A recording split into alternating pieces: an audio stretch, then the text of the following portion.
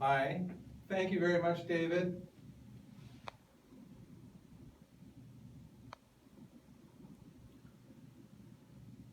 About a year ago, I came to the United States. First-time immigrant, and I dreamed about this moment for a long time. And when I got here,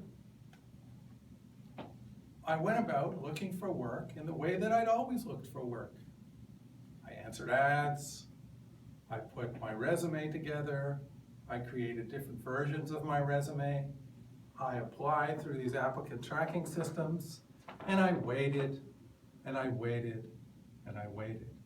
And after a while, I realized that what I did was not working, and that I had to make a change. So I did make a change. I started to use the internet in a completely different way to raise my visibility to potential employers and hiring managers. And the results that I got were rather astonishing. So today, I want to share with you what I've done to make a difference in my life and to be more successful. So, let me start. So I have some slides. So today, the presentation, I'm going to talk a little bit about myself. We're going to talk about some challenges, and I also want to invite you to ask questions. Don't wait until the end. Ask questions, and I'll be happy to share some answers with you while we're doing this presentation. I'm going to talk about what to do and how to do it, and then we'll talk about next steps, and I have a special offer to share with you. So a little bit about me. My name is, as we know, it's Randy Fisher. I'm the president of DigiWise Digital Solutions, and a part of DigiWise is a career services arm. I help individuals and entrepreneurs get traction and visibility in the job market using digital media. I'm from Canada, and I'm happy to be here. So, this is you. This is you, this is me, this is me. Oops, this is like that. Hang on. We all want to be seen. We all want to be noticed, and particularly in the job market, we need to be noticed. We need that visibility so that other people will pick us up from a stack of resumes. Sometimes we may not feel so confident about what we want to achieve or where we want to go, but we need to keep persistent, continue on our track to get work. So there's a challenge in looking for a job, and my point is that unless you're noticed, how's a hiring manager or an employer going to know what you can do for them? So I have a little exercise here. If you could identify, millennials don't seem to know this very well, but people of our vintage, I think they do. This is a comic book series where you're supposed to find Waldo, a character who is amongst all the people and images there. So I'd like to ask if any of you can spot Waldo. He's in there, but as you can see, he's probably hard to find. Okay. Yes, I know, it's hard to find. Well, here, let me help you. So I put an arrow. Waldo is here. Now, why he's hiding, I'm not too sure if he's looking for a job, but nevertheless, the point is that it's hard to differentiate or to actually see you with your skills if you're not more present, if you don't stand out from the crowd. There's a second challenge, and that's from the point of view of the hiring manager. Today's hiring managers are so busy, they have more work, less time, fewer resources, and you want to get their attention. So another challenge is how to get their attention. So, does anybody have any questions, comments, concerns, something you'd like to share? Okay.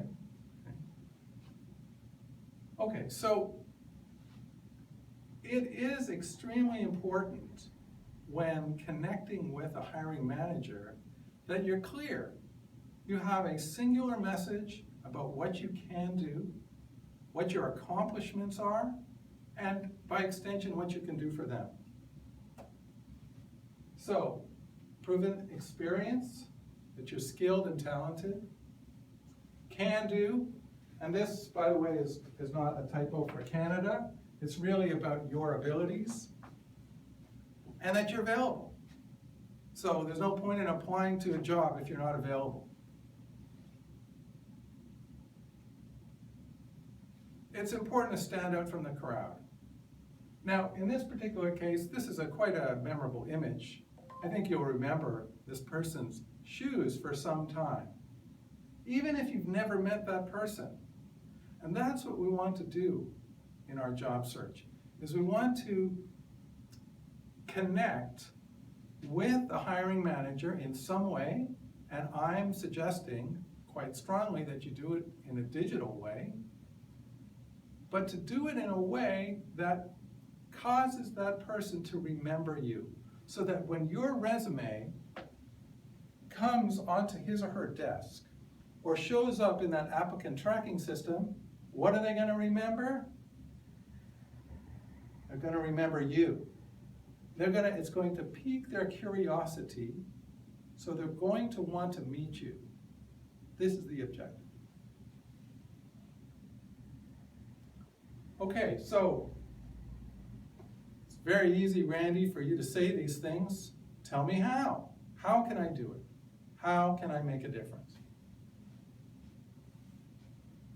So, number one is anyone looking for work, or someone even who's an entrepreneur looking for work for a business, must be on LinkedIn. And I know there's been a number of presentations and talks in the area about the importance of being on LinkedIn. I want to reinforce that. I think it's so important and it's essential.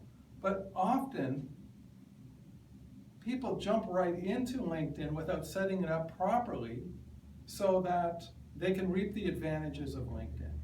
So I have a few tips as to how to set yourself up for success, and it involves working with the settings. So absolutely critical is to update your profile or headline. That tells an employer that you're available, although you don't have to say you're available in the headline. It gives them a sense of what your skill is, what you've done, and for whom. Very, very important that it is up to date and relevant and targeted.